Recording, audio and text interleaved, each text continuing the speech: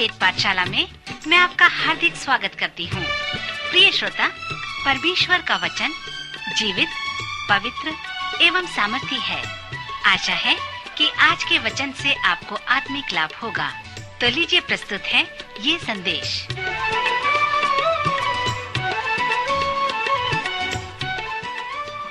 श्रोता मित्र, परमेश्वर के वचन में लिखा है, परंतु जब तू प्रार्थना करे तो अपनी कोठरी में जा और द्वार बंद करके अपने पिता से जो गुप्त में है प्रार्थना कर, और तब तेरा पिता जो गुप्त में देखता है तुझे प्रतिफल देगा।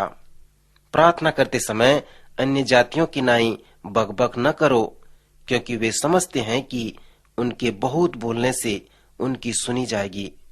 सो तुम उनकी नाई न बनो, क्योंकि तुम्हारा पिता तुम्हारे मांगने से पहले ही जानता है कि तुम्हारी क्या क्या आवश्यकताएं हैं।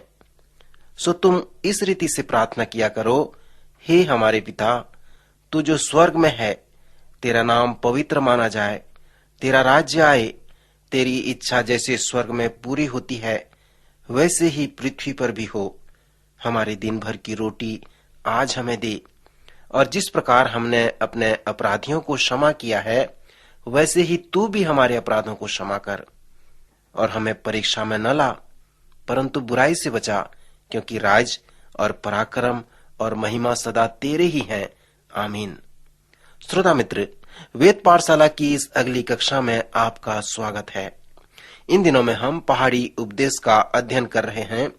आज फिर से मैं आपको उस पहाड़ की चोटी के पास ले जाना चाहता हूँ, जहाँ पर यीशु हमें ये दिखा रहे हैं कि कैसे हम समस्या के समाधान का एक भाग बन सकते हैं, कैसे हम पृथ्वी के नमक बन सकते हैं, कैसे हम जगत की ज्योति बन सकते हैं। उस पहाड़ की चोटी से यीशु ने हमसे उन सुंदर स्वभाव को देकर कहा है कि परमेश्वर ही हमें उन अनुभवों में ले चलता है।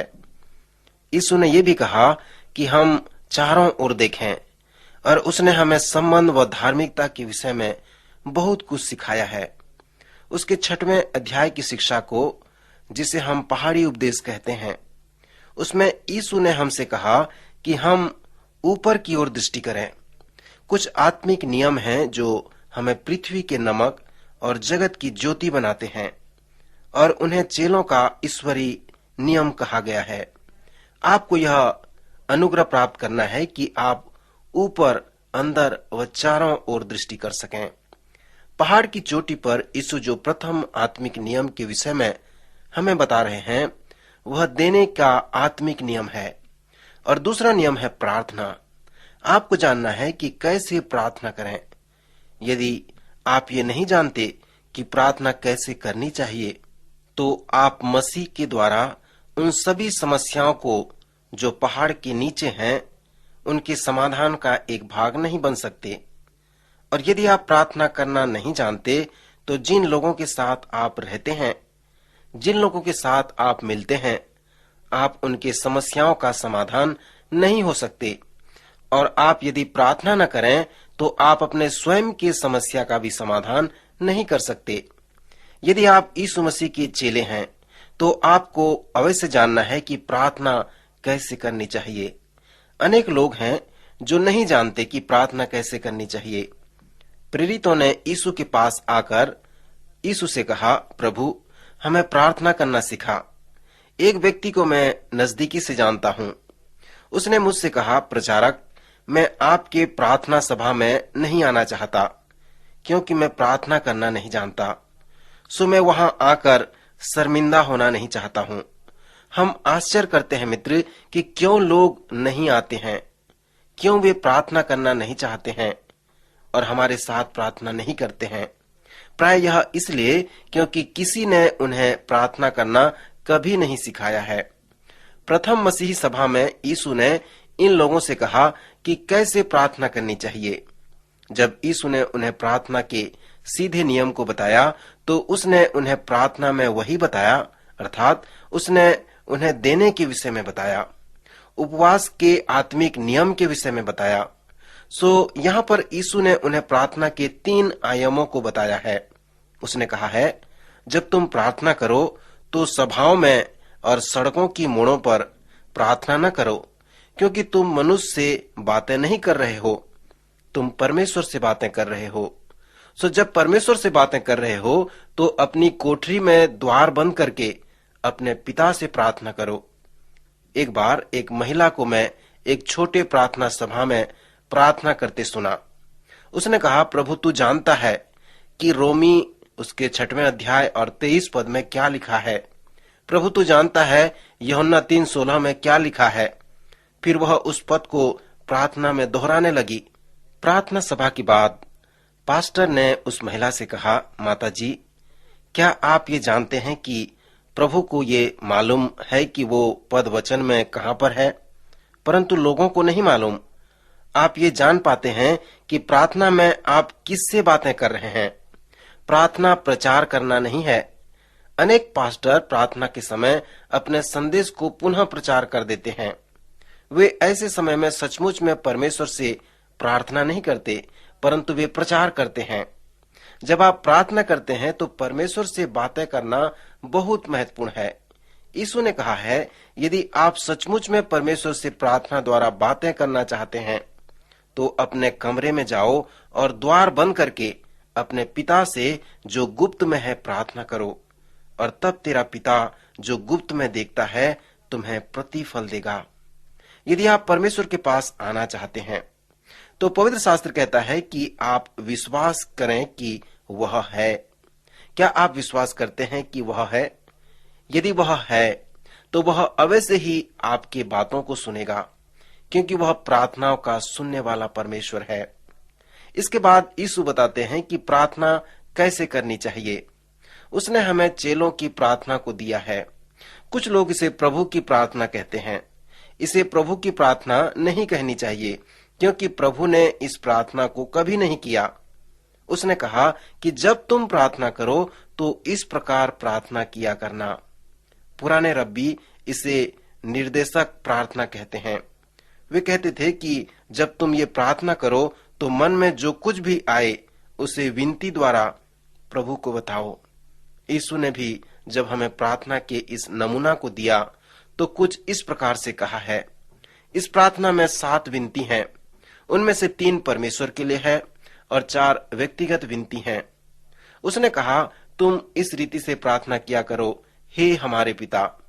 यह बहुत अच्छा है। पुराना नियम कहता है, यहोवा मेरा चरवाहा है। नया नियम कहता है, परमेश्वर हमारा पिता है। दोनों नियम हमें सिखाते हैं कि परमेश्वर व्यक्तिगत है। यीशु ने हमसे कहा है कि जैसे हम पिता से बातें करते हैं वैसे परमेश्वर से बातें करें। गलतियों की पत्री में पौलुस हमें सिखाता है कि जब तुम परमेश्वर के निकटता में रहते हो तो आपका हृदय उसे हे अब्बा, हे पिता कहकर पुकारता है, जिसका अर्थ है हे मेरे पापा। यीशु और पौलुस दोनों ने हमें कहा है कि हम उसे उसके बच्चों की नाई प्रार्थना करें।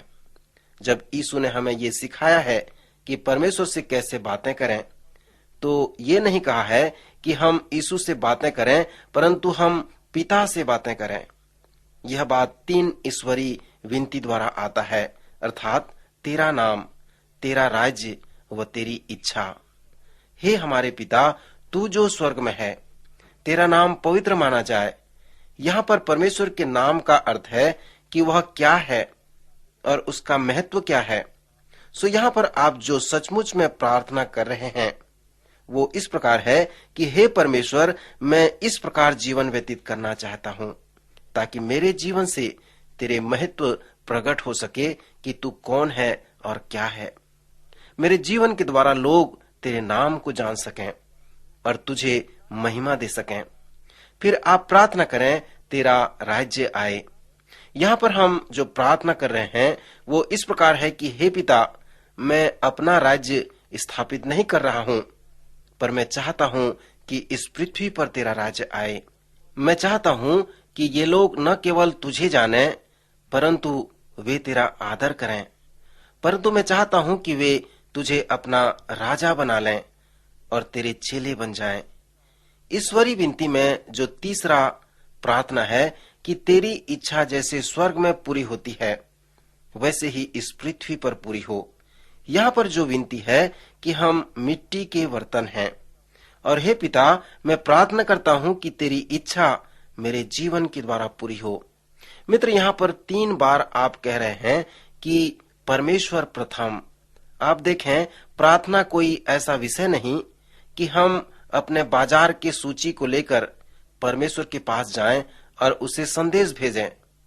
जब आप इस प्रकार कहते हैं कि हे परमेश्वर, तुझे जिस बात पर चिंता है, मुझे भी उसी बात पर चिंता है।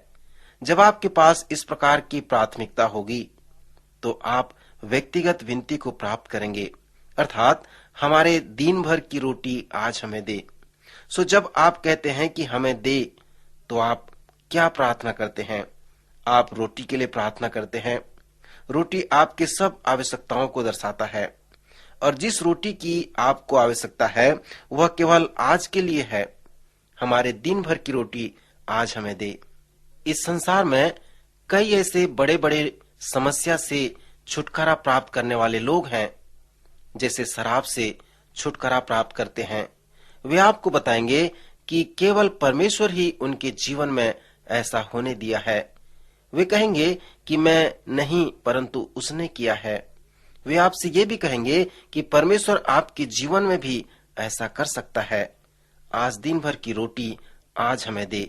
चेलों की प्रार्थना में जो अगला निवेदन है, अर्थात अगली प्रार्थना है, हमें क्षमा कर।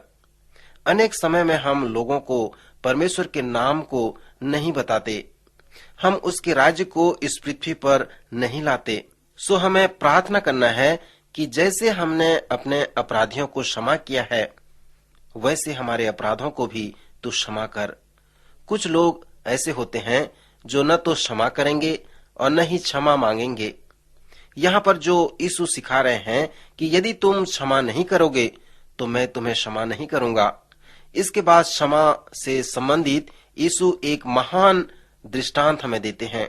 चेलों की प्रार्थना और इस दृष्टांत में यीशु ये नहीं सिखा रहे हैं कि आपका क्षमा पाना आपके क्षमा याचना पर आधारित है, परंतु यदि आप दूसरों को क्षमा किए हैं तो आप अवश्य क्षमा प्राप्त करेंगे। निष्कर्ष में ये आता है कि जब आपने क्षमा प्राप्त कर लिया है तो आप कौन हैं और आप दूसरों को क्षमा न करें। अगली प्रार्थना है, हमें अगुवाई कर, अर्थात हमें परीक्षा में न डाल। यह प्रार्थना कुछ लोगों के लिए समस्या का कारण है। वे कहते हैं कि परमेश्वर परीक्षा में पढ़ने नहीं देता। याकूब हमें कहता है कि यदि आप इस प्रार्थना को समझते हैं तो इसके कहने का जो अर्थ है कि पिता, यदि आप मेरी अगुवाई करें, यदि मेरे कदम तेरे द्वारा नियंत्रित हों और यदि मैं दिन प्रतिदिन तेरे अगुवाई में चलूं तो मैं परीक्षा का सामना नहीं कर सकता। मित्र, प्रभु आपकी सहायता करे कि आप परमेश्वर से प्रार्थना करें और हर परीक्षा से बचे रहें।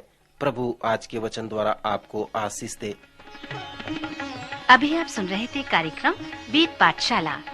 श्रोता, हमें विश्वास है कि इस कार्यक्रम के द्वारा आपको आशीष मिली है। यदि इस कार्यक्रम के विषय में अधिक जानकारी प्राप्त करना चाहते हैं या बाइबल अध्ययन से संबंधित कोई प्रश्न हमसे पूछना चाहते हैं, तो आप हमें इस पते पर लिखें। हमारा पता है कार्यक्रम Ved Pathshala, Vishwavani, post box number 731, Faridabad 7, Haryana. पता एक बार फिर से सुन लीजिए। कार्यक्रम Ved Pathshala, Vishwavani, post box number 731, Faridabad 7, Haryana. तो इसी के साथ आज के कार्यक्रम का समय यहीं पर समाप्त होता है। अगले कार्यक्रम में आपसे फिर भेंट होगी। तब तक के लिए हमें आज्ञा दीजिए। नमस्कार।